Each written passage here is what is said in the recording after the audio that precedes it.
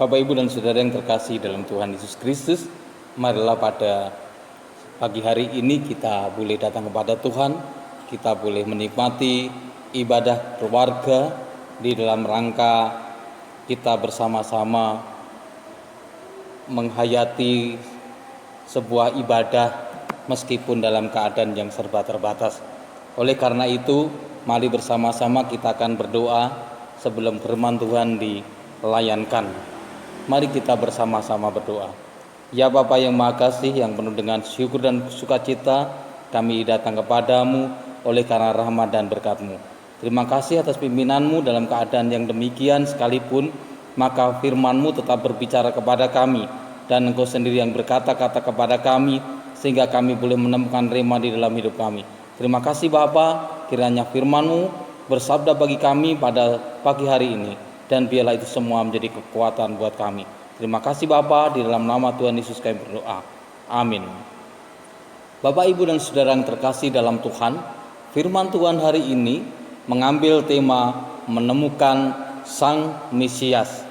Tentu di antara kita sudah mengenal siapakah Mesias itu, tetapi sesungguhnya kita kadang-kala seringkali mengabaikan oleh karena kita tidak mengerti dan menemukan dia secara pribadi dalam hidup kita.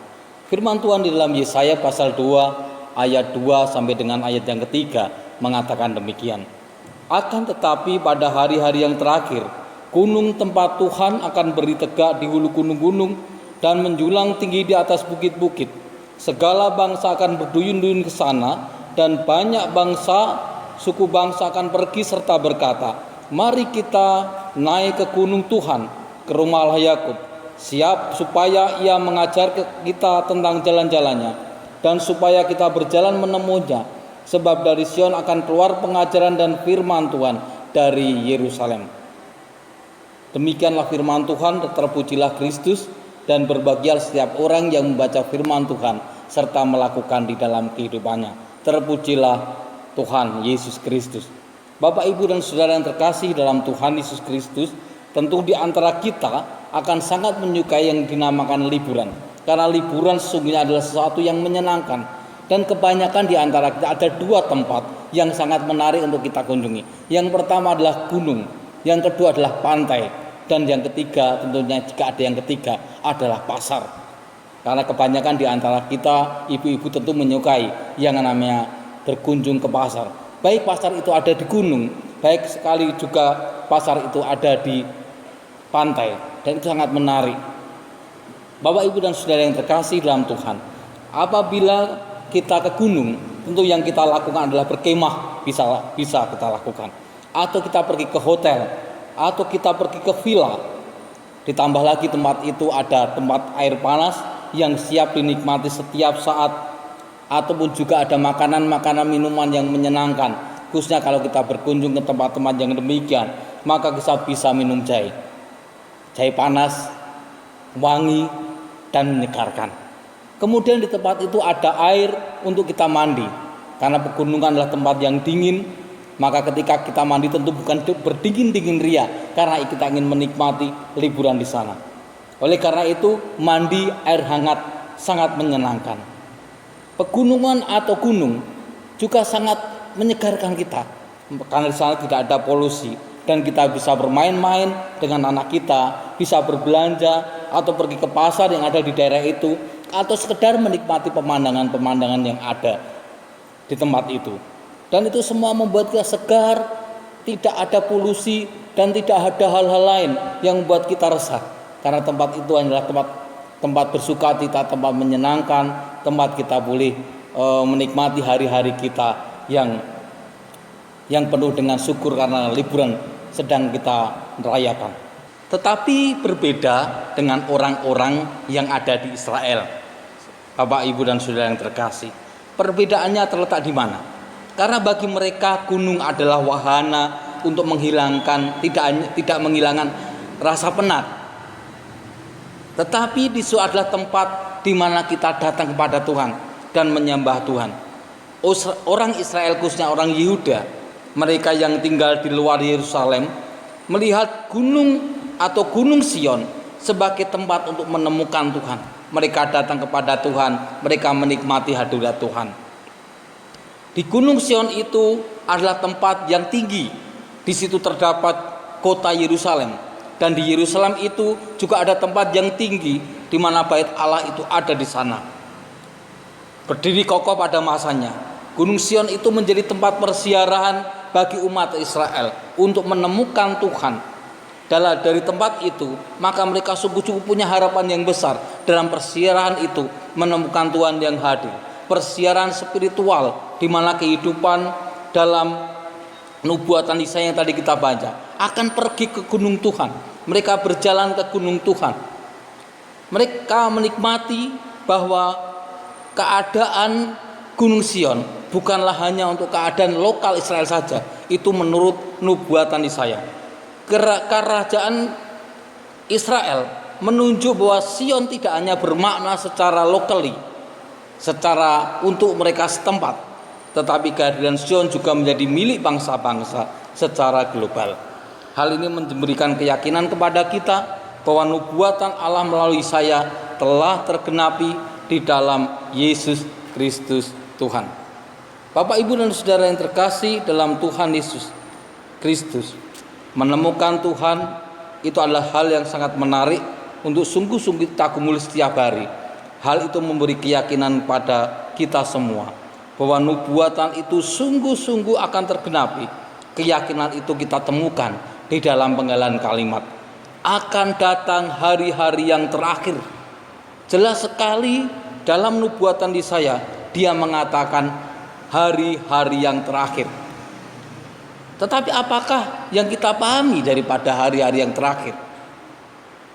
Bapak, Ibu, dan saudara, tentunya ada banyak penafsiran di dalam kehidupan kita. Mungkin dari kita ada yang pernah mendengar dari tayangan A di televisi, atau kita membaca buku sehingga menemukan pemahaman B atau C dan lain sebagainya. Tetapi tunggu dulu. Mari kita bersama-sama mengumpulkan apa itu akhir zaman. Akhir zaman adalah sebuah waktu di mana itu adalah akhir dari kehidupan manusia. Tetapi dalam kasanah iman Kristiani atau Alkitab menyebutkan bahwa akhir zaman itu berawal dari kehadiran Yesus yang pertama ketika ia lahir di Bethlehem sampai kepada kedatangan Tuhan Yesus yang kedua kalinya. Itulah yang kita sebut dengan akhir zaman. Sehingga rentang waktunya itu panjang dan kita juga tidak bisa memprediksikan kapan itu akhir zaman, titik akhirnya itu akan terjadi. Bapak, Ibu, dan saudara yang terkasih, oleh karena itu akhir zaman adalah masa kini, di mana kita pahami kita hidup di dalam masa itu, masa antara Yesus lahir sampai Yesus datang ke yang kedua kalinya. Ada juga masa depan, di mana kita memberitakan banyak hal untuk kepada orang lain, tetapi sebelum Yesus datang yang kedua kalinya, memberitakan supaya banyak orang dan kita semua mengenal Tuhan secara mendalam di dalam kehidupannya. Bapak, Ibu, dan saudara yang terkasih dalam Tuhan, jadi kita boleh memahami di dalam pemahaman kita bahwa akhir zaman itu adalah waktu di mana kita menjadi pemberita Injil yang efektif dan dinamis. Di sebuah tempat di mana kita sungguh-sungguh punya hati untuk memberitakan Injil itu kepada banyak orang. Kita mewartakan kebenaran, mewartakan keadilan, mewartakan damai sejahtera itu. Dan kita berharap bahwa itu semua terjadi di mana-mana, sehingga orang merasakan kehadiran Tuhan di dalam kehidupan mereka masing-masing. Sehingga setiap orang akan menikmati kedatangan Tuhan itu dengan tulus dan gembira, sebagaimana diberitakan di dalam Kisah Para Rasul pasal 2 ayat 46. Dengan bertekun dan dengan sehati mereka berkumpul tiap-tiap hari dalam bait Allah. Mereka memecahkan roti di rumah masing-masing secara bergilir dan makan bersama dengan gembira dan dengan tulus hati. Saudara-saudara yang terkasih dalam Tuhan, tentunya ini sangat menarik. Sejak awal nubuatan Yesaya mengatakan Sion akan menjadi pusat damai. Demikian pula Allah yang hadir di Sion. Tetapi kita memberitakan di sana bahwa kita menjadi pemberita-pemberita Injil. Panggalan kalimat mari kita naik itu menunjukkan bahwa ada bahasa simbolis di mana umat Tuhan menemukan spiritualitas yang hakiki. Jadi dia mengajak setiap bangsa, setiap suku bangsa untuk memahami Yesus yang hadir di dalam kehidupan mereka, dan mereka secara intim menggumuli kehidupan bersama Yesus. Jadi kata mari kita naik itu menunjukkan sebuah fakta bahwa mereka akan dibawa pada pengenalan akan Tuhan Yesus dalam puncak pemahamannya ketika Yesus datang yang kedua kalinya. Karena dari Yerusalem itulah kita menemukan persiaran rohani yang akan mereka temukan di dalam pengharapan-pengharapan mereka. Bukankah dari Yerusalem itu kita melihat Sang Mesias itu mengalami penyiksaan menjelang ajal menjemputnya. Kemudian juga di sana ada kebangkitan. Bahkan di sana juga kita menikmati kenaikan. Disitulah maka setiap bangsa berdurun-durun akan memandang Sion, memandang Yerusalem sebagai bagian dari karya penebusan Tuhan, dan mereka mengamini dalam hidup mereka dan menemukan Tuhan itu hadir bersama-sama dengan mereka. Bapak, Ibu, dan saudara yang terkasih dalam Tuhan Yesus, puncak dari keselamatan itu, puncak dari penebusan itu oleh darahnya yang kudus. Maka firman Tuhan mengatakan, tetapi dia tertikam oleh karena pemberontakan kita, dia diremukkan oleh karena kejahatan kita, ganjaran yang mendatangkan keselamatan bagi kita ditimpakan kepadanya, dan oleh bilur-bilurnya kita menjadi sembuh. Bukankah itu menunjukkan satu pengharapan yang totally, pengharapan yang sungguh-sungguh, bahwa di dalam bilur-bilurnya kita mengalami kesembuhan. Kalau kita memandang hal itu, tidak hanya kesembuhan Bapak, Ibu, dan saudara, kesembuhan dalam arti rohani, artinya menemukan Tuhan yang hidup, yang membawa mereka pada kehidupan yang kedua kalinya, dan tidak ada kebinasaan di dalam hidupnya. Kesembuhan itu bukan dalam berarti juga kesembuhan kehidupan, menikmati hadirat Tuhan dengan syukur yang dalam, menemukan Tuhan yang hadir di dalam hidupnya. Bapak, Ibu, dan saudara yang terkasih dalam Tuhan, keselamatan yang pada mulanya hanya berpusat di Yerusalem, di Israel Yehuda, telah merambat sampai ke ujung bumi. Dan sampai ke ujung bumi itulah maka semua bangsa dan seluruh bangsa memandang Kristus yang tersalib dan bangkit dari dosa, bangkit dari kita semua, supaya dosa kita ditebus. Yerusalem menjadi saksi mati dan hidupnya Sang Penebus. Dari Sion itu Sang Penebus akan naik ke surga, dan ia akan datang kembali dengan cara yang sama.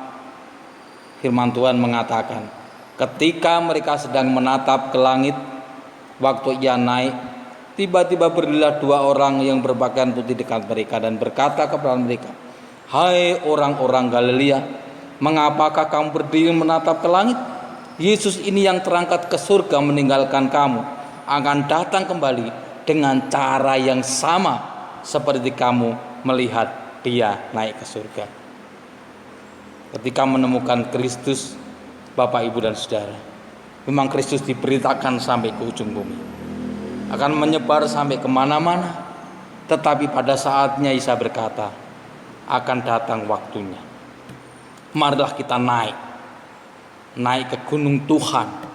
Mereka akan datang ke Yerusalem, mereka akan menemukan Tuhan di bait Allah, dan disitulah maka mereka menikmati Yesus Kristus yang tersalib buat kita, Yesus Kristus yang hidup buat kita, Yesus Kristus pula yang naik buat kita. Terpujilah namanya kekal sampai selama-lamanya. Malah bersama kita menemukan Kristus yang hadir di dalam hidup kita masing-masing. Terpujilah Kristus. Amin. Mari kita bersama-sama tunduk kepala, kita berdoa. Bapa yang Maha Kasih, kami bersyukur atas firman-Mu yang boleh kami terima. Firman-Mu membangun kehidupan kami, firman-Mu membawa kami kepada kebenaran-kebenaran-Mu, dan kiranya firman-Mu menguatkan kami menjadi pribadi-pribadi yang sungguh-sungguh mengasihi Engkau di dalam kehidupan kami. Biarlah kami boleh menikmati itu, merenungkan dalam hati kami, dan menyatakan bahwa kami akan menemukan Engkau, dan bahkan kami telah menemukan Engkau yang hidup di dalam hati kami. Dalam nama Tuhan Yesus kami berdoa. Amin.